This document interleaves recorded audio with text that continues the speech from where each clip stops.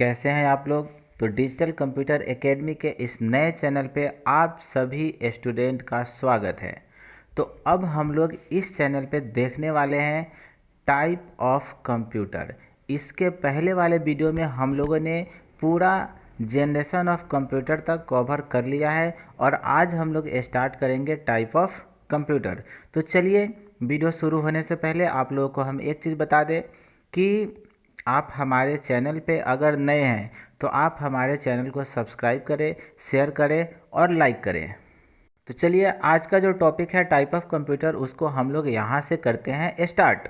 और यहाँ पे सबसे पहले देखेंगे कि टाइप ऑफ कंप्यूटर में यानी कि कंप्यूटर कितने प्रकार का होता है। तो कंप्यूटर जो होता है वो वर्क के अनुसार कुछ और होता है, साइज के अनुसार कुछ और होता है और पर्पस के अनुसार कुछ और होता है। तो हम लोग अगर वर्क के अनुसार इसको देखेंगे तो वर्क के अनुसार जो आपका टाइप ऑफ कंप्यूटर है यानी कि कंप्यूटर का टाइप है वो 3 टाइप का है। कौन कौन है? तो एनालॉग कंप्यूटर है, डिजिटल कंप्यूटर है और हाइब्रिड कंप्यूटर है। इसी चीज़ को अगर हम साइज़ के अनुसार लेते हैं, ठीक है, मतलब कंप्यूटर का जो टाइप है वो साइज़ के अनुसार है 4 तरह का। तो कौन कौन है? उसमें एक माइक्रो कंप्यूटर आ गया, एक मिनी कंप्यूटर है, एक मेन फ्रेम कंप्यूटर है और एक होता है सुपर कंप्यूटर। उसी में अगर हम टाइप ऑफ कंप्यूटर में अगर पर्पस के अनुसार देखें तो पर्पस के अनुसार 2 तरह का कंप्यूटर होता है। एक होता है जनरल पर्पस कंप्यूटर और एक होता है स्पेशल पर्पस कंप्यूटर। अब हम लोग बात करते हैं कि on the basis of work यानी कि वर्क के अनुसार जो कंप्यूटर है उसका हम लोग एक एक करके डिफिनीसन देखने वाले हैं। तो सबसे पहला कंप्यूटर है एनालॉग कंप्यूटर। अगर हम एनालॉग कंप्यूटर की बात करेंगे तो एनालॉग जो कंप्यूटर है वो किस पे प्रोसेस करता है? तो एनालॉग डाटा पे प्रोसेस करता है। और यह काम कैसे करता है? तो कंटिन्यूअस डाटा पे काम करता है। उसके बाद में यह जो कंप्यूटर है वह डिजिटल कंप्यूटर से फास्ट होता है। और यह जो कंप्यूटर है एनालॉग, यह कंटिन्यूअस नेचर का होता है, ठीक है। और इसमें कौन कौन डाटा इंक्लूड होता है? तो इसमें टेम्परेचर इंक्लूड है, इसमें प्रेशर इंक्लूड है, इसमें स्पीड इंक्लूड है, वेट है, वोल्टेज है और डेप्थ है। चलिए, इसी में आगे हम लोग देखते हैं इसका एग्जाम्पल कि अगर कार में जो स्पीडोमीटर लगा हुआ होता है वो क्या है? आपका एनालॉग कंप्यूटर है। उसके बाद में थर्मामीटर भी क्या है? आपका एनालॉग कंप्यूटर है। आगे हम लोग बात करते हैं डिजिटल कंप्यूटर का। तो डिजिटल कंप्यूटर जो होता है वह कौन डाटा प्रोसेस करता है? तो 0 और 1 डाटा प्रोसेस करता है। और 0 और 1 को हम लोग क्या कहते हैं? डिजिटल या बाइनरी डाटा बोलते हैं, ठीक है। और यह जो परफॉर्म करता है वो किस पे करता है? तो अर्थमेटिक ऑपरेशन का परफॉर्म करता है। जैसे हो गया एडिशन, जैसे हो गया सब्ट्रैक्शन, मल्टीप्लिकेशन और डिवीजन, ठीक है। और इसके अलावा ये लॉजिकल डाटा का भी क्या करता है? ऑपरेशन करता है, यानी कि लॉजिकल डाटा पे भी यह काम करता है। और आज के डेट में जितना भी कंप्यूटर अवेलेबल है वो सारा का सारा क्या है? डिजिटल कंप्यूटर है। अब हम लोग बात करते हैं हाइब्रिड कंप्यूटर का। तो हाइब्रिड कंप्यूटर जो है वो डिजिटल कंप्यूटर और एनालॉग कंप्यूटर का कॉम्बिनेशन है, यानी कि दोनों को मिलाकर के एक मोस्ट क्या किया गया? बेस्ट फीचर तैयार कर दिया गया, ठीक है। तो यहाँ पे क्या है? हाइब्रिड कंप्यूटर में आपको ये देखने को मिलेगा कि इसका जो स्पीड है वो एनालॉग की तरह है, लेकिन एक्यूरेसी जो है इसका किसकी तरह है? डिजिटल कंप्यूटर की तरह है। यानी कि यहाँ से हम लोगों को एक चीज़ ये भी सीखने को मिला कि एनालॉग जो कंप्यूटर है उसमें स्पीड होता है, लेकिन वो अशुद्ध कंप्यूटर है, वो शुद्ध नहीं है, यानी कि एक्यूरेट कोई भी चीज़ हम लोगों को नहीं देता है। लेकिन बात करते हैं हम डिजिटल कंप्यूटर का, तो ये एक्यूरेट है, यानी कि यह शुद्ध है, मतलब इसका एक्यूरेसी है। उसके बाद में इसका जो हम लोग यूज करते हैं वो स्पेशल जगह पे करते हैं। किसका? हाइब्रिड कंप्यूटर का।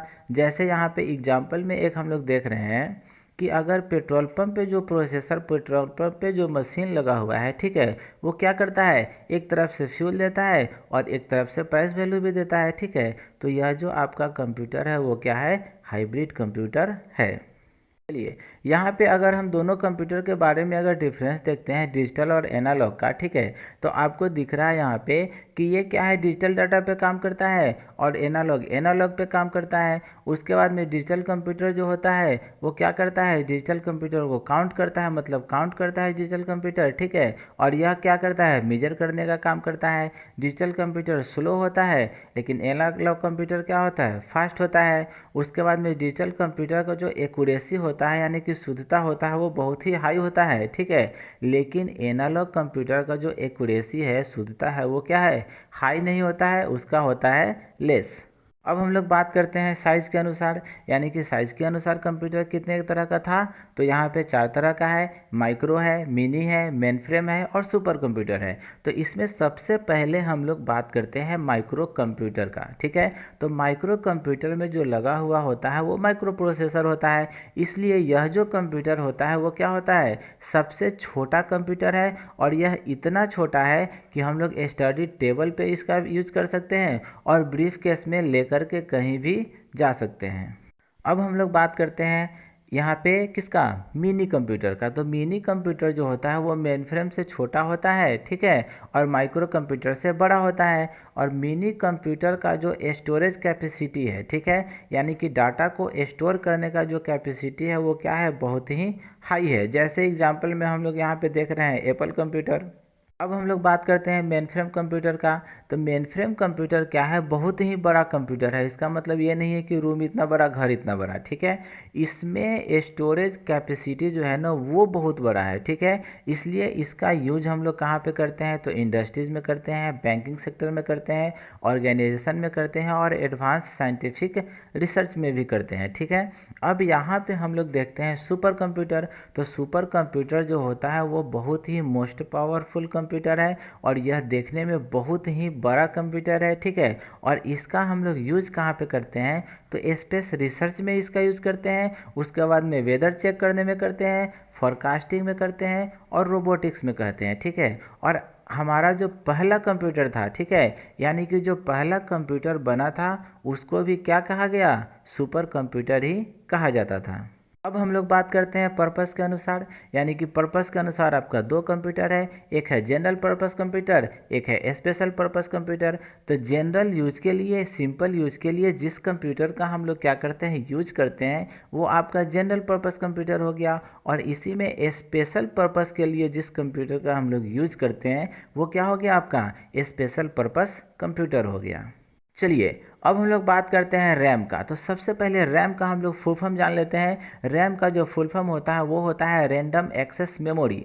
अब ये रैम काम कैसे करता है, तो इसको हम लोग क्या कहते हैं, वर्किंग मेमोरी कहते हैं। जब हम कंप्यूटर पर कोई काम कर रहे होते हैं, यानी कि यूट्यूब चला रहे होते हैं, कोई वीडियो देख रहे होते हैं, ठीक है, या कोई डाटा बना रहे होते हैं, तो आपका क्या होता है, अगर कंप्यूटर या मोबाइल में रैम कम होगा तो आपका हैंग करने लगता है, ठीक है। इसलिए हम लोग कोशिश करते हैं कि मोबाइल या कंप्यूटर में ज़्यादा से ज़्यादा रैम हो, क्योंकि जब हम लोग कंप्यूटर पे काम करें तो वो क्या हो, हैंग नहीं करे, ठीक है। तो इसलिए जब तक हम लोग कंप्यूटर पे काम करते हैं तो सारा का सारा प्रेशर किस पे जाता है, रैम पे जाता है, ठीक है। और रैम को हम लोग इलेक्ट्रॉनिक चिप रैम भी बोलते हैं, या इसको वोलेटाइल मेमोरी बोलते हैं, या इसको हम लोग टेम्पोररी मेमोरी बोलते हैं। सामने आपको एक पिक्चर दिख रहा होगा रैम का, ऐसे फिजिकली भी इसको आगे वीडियो में हम बताने वाले हैं। अब हम लोग बात करते हैं रोम का। तो रोम का सबसे पहले हम लोग जान लेते हैं क्या चीज़, फुल फॉर्म। इसका जो फुल फॉर्म होता है वो होता है रीड ओनली मेमोरी, ठीक है। इसका काम क्या है कि ये जब कंप्यूटर ओपन होता है तो ये सारे कंप्यूटर को क्या करता है,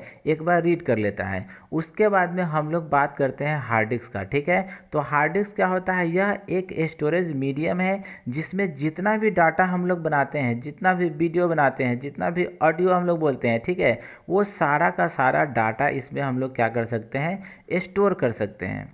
ये आपको सामने दिख रहा है जो हार्ड डिस्क है।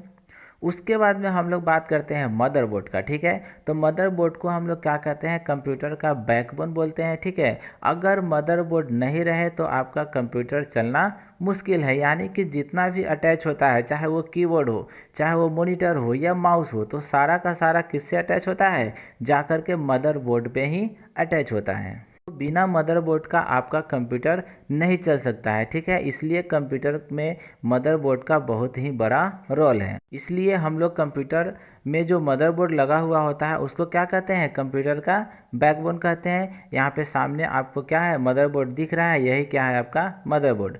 चलिए आज कंप्यूटर के इंट्रोडक्शन में इतना ही। चलिए आज के लिए इतना ही। Thank you.